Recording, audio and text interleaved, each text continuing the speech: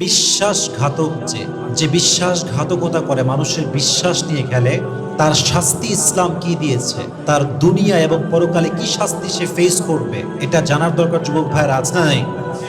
বিশ্বাস ভাঙ্গা, মানুষের সঙ্গে বিশ্বাসঘাতকতা করা বড় একটা অন্যায়। It's a big crime, big crime, অনেক বড় একটা অপরাধ এটা। বাট এটা মানুষ করতে করতে এমন একটা ব্যাপার হয়ে গেছে, এটা খুব ইজি হয়ে গেছে আমাদের সমাজে, ঠিক কিনা বলেন যুবক ভাইয়েরা? আমরা এটাকে কোনো অন্যায় মনে করি না। তবে হ্যাঁ, এই বিষয়ে কথা বলার আগে আমি ফার্স্ট অফ অল একটা প্রশ্নের উত্তর দিতে চাই। ছোট্ট একটা প্রশ্ন সবাই করে, ভেরি কমন কোয়েশ্চেন। প্রশ্নটা হচ্ছে এই যে, আমি তো কাউকে ঠকাইনি, আমি ঠকলাম কেন?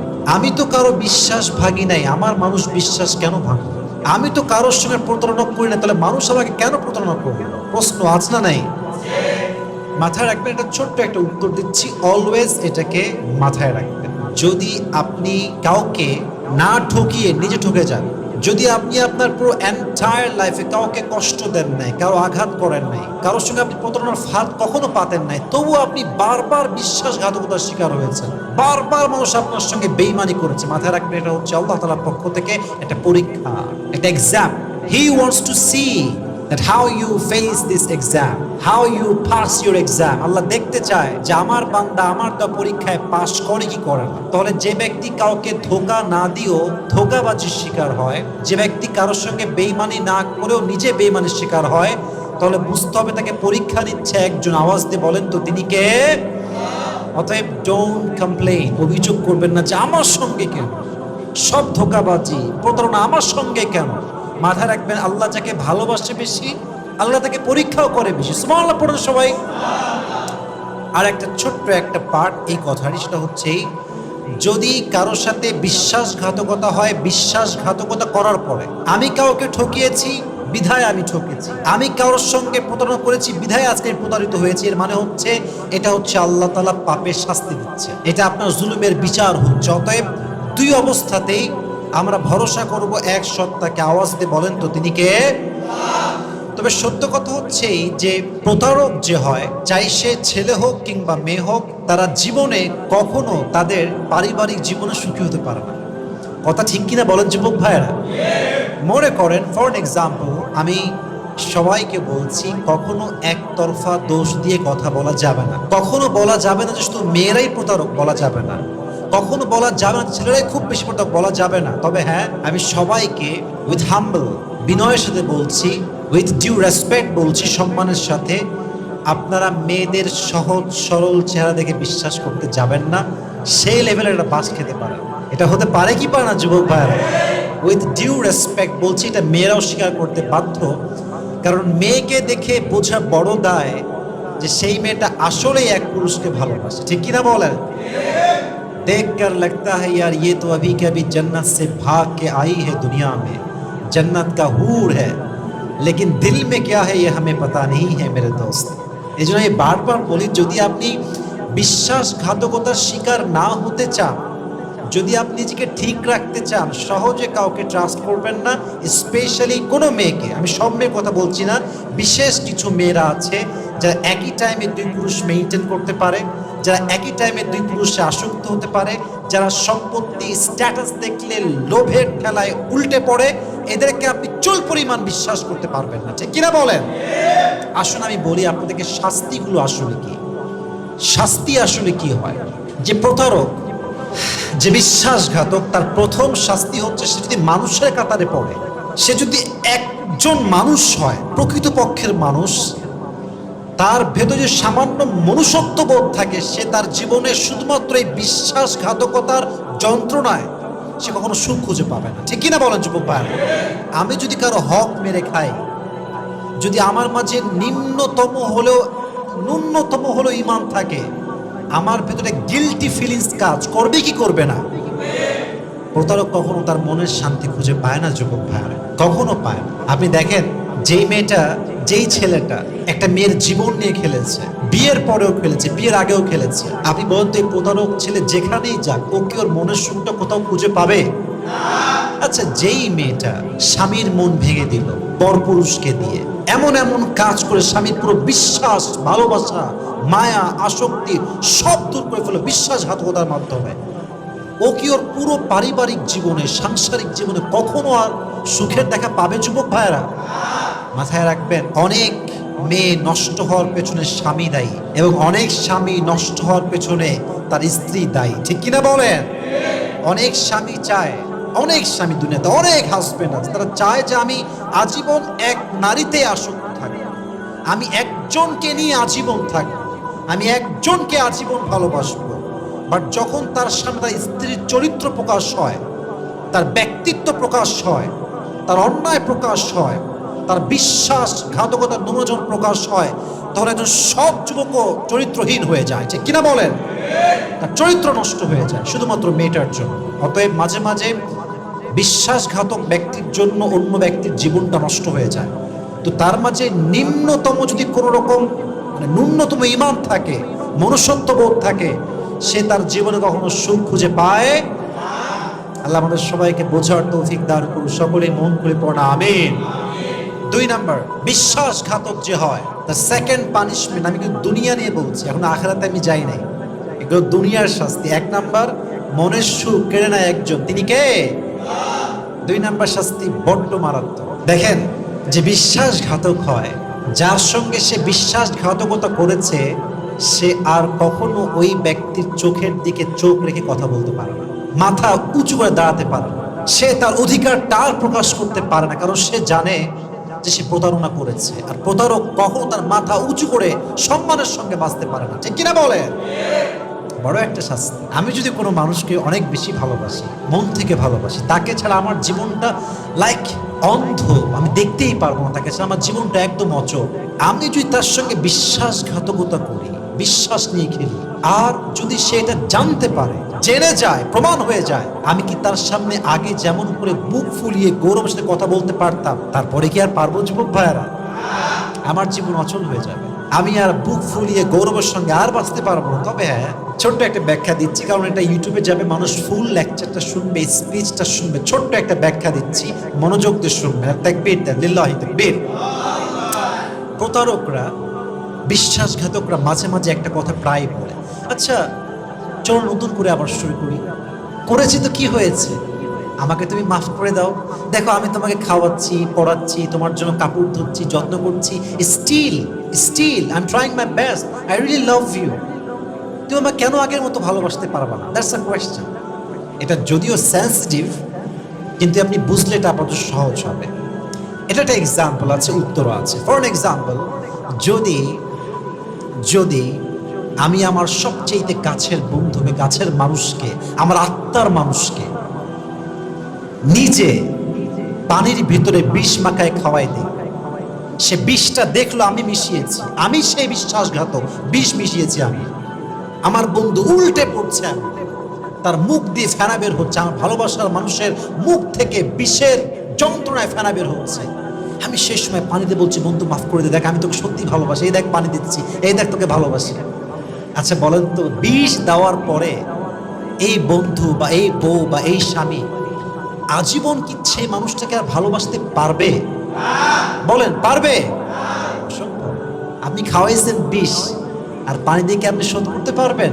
আপনি ভেঙেছেন বিশ্বাস, আপনি কিসের ভালোবাসার কথা বলেন? যে ভালোবাসতে পারে সে বিশ্বাস ভাঙতে পারে না। ঠিক কিনা বলেন? এটা বুঝে শুনে বুঝতে হবে। আর একবার যদি বিশ্বাস ভেঙে যায়, এই বিশ্বাস কিন্তু কখনো আর ফিরে আসে না যুবক ভাইরা। ঠিক কিনা বলেন? আমার লাইফের রুলস হচ্ছে, সবার লাইফের রুলস হওয়া দরকার জীবনে আগে বাড়ার জন্য।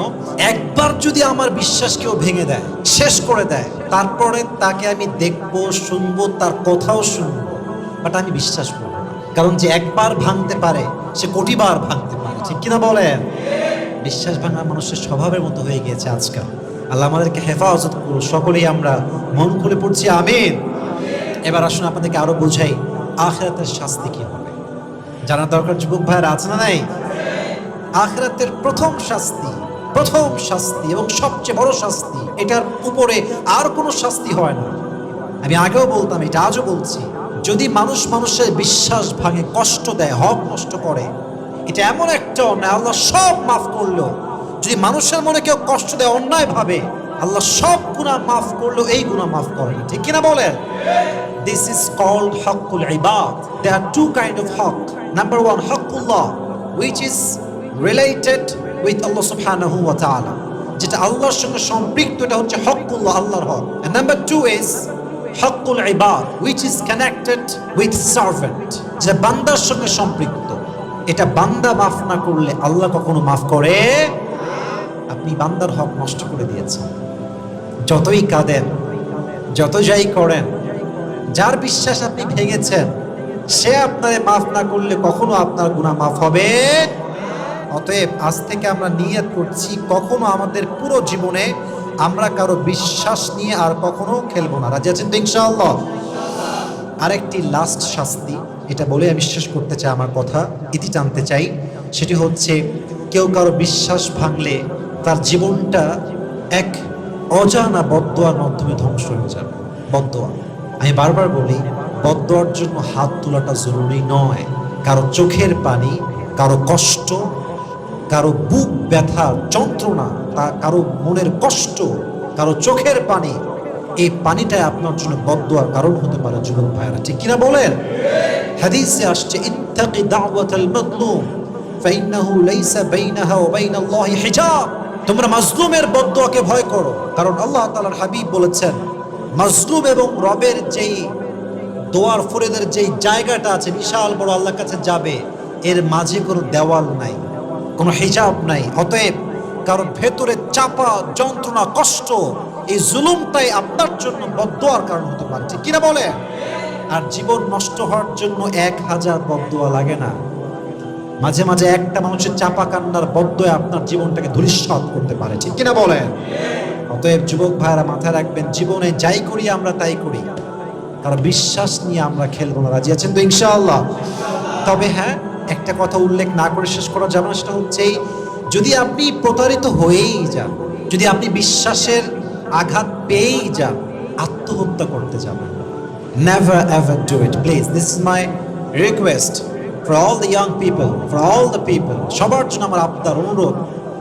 মানুষ যতই আপনাকে ভাঙুক, যত কষ্ট দিক, মেরে ফেলুক একদম কষ্ট দিয়ে, যন্ত্রণা আপনার বুকটা ফেটে যাক, আত্মহত্যা করবেন না, সুইসাইড করতে যাবেন না। মাথায় রাখবেন, যে আত্মহত্যা করে সে পুরোটা জীবন জাহান্নামের মুখে ঠেলে দেয়, এবং যে আত্মহত্যা করে সে এতটা জঘন্য মেয়ে, সে এতটা জঘন্য ছেলে, আল্লাহর নবী বলেছেন তার জানাজা অংশগ্রহণ করা যাবে, তার জানাজা পড়াই যাবে।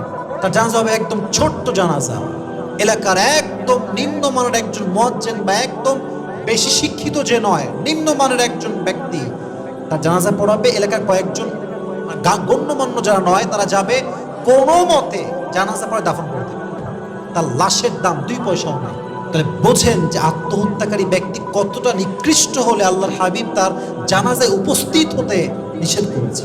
নাউজুবিল্লাহ পড়বেন না আপনারা সবাই? তাহলে আপনি কি করতে পারেন? বিশ্বাসঘাতকতা কেউ করলে আপনি শিক্ষা নিতে পারেন। নিজের জীবনটাকে সুন্দর করার জন্য শিক্ষা নিয়ে সামনে বাড়বেন। যে ঠকে বেশি, তার জীবনটা আগামীতে সুন্দর হয় বেশি। যারা এই জীবনে বড় কিছু করেছে, দেখবেন তারা সব বড় ধরনের ধরা খাইছে জীবনে।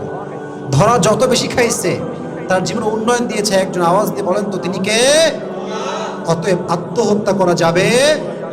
2 নাম্বার, শেষ কথা বলছি এটা, এই বিষয়ের এই লাস্ট কথা, সেটা হচ্ছে, যদি কেউ আপনাকে ঠকায় দেয়, বিশ্বাস ভেঙে ফেলে, এখানে অপশন হতে পারে।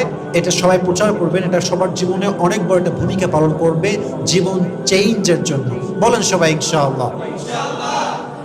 যদি আপনার বিশ্বাস ভাঙে আপনার বন্ধু, কে ভাঙে?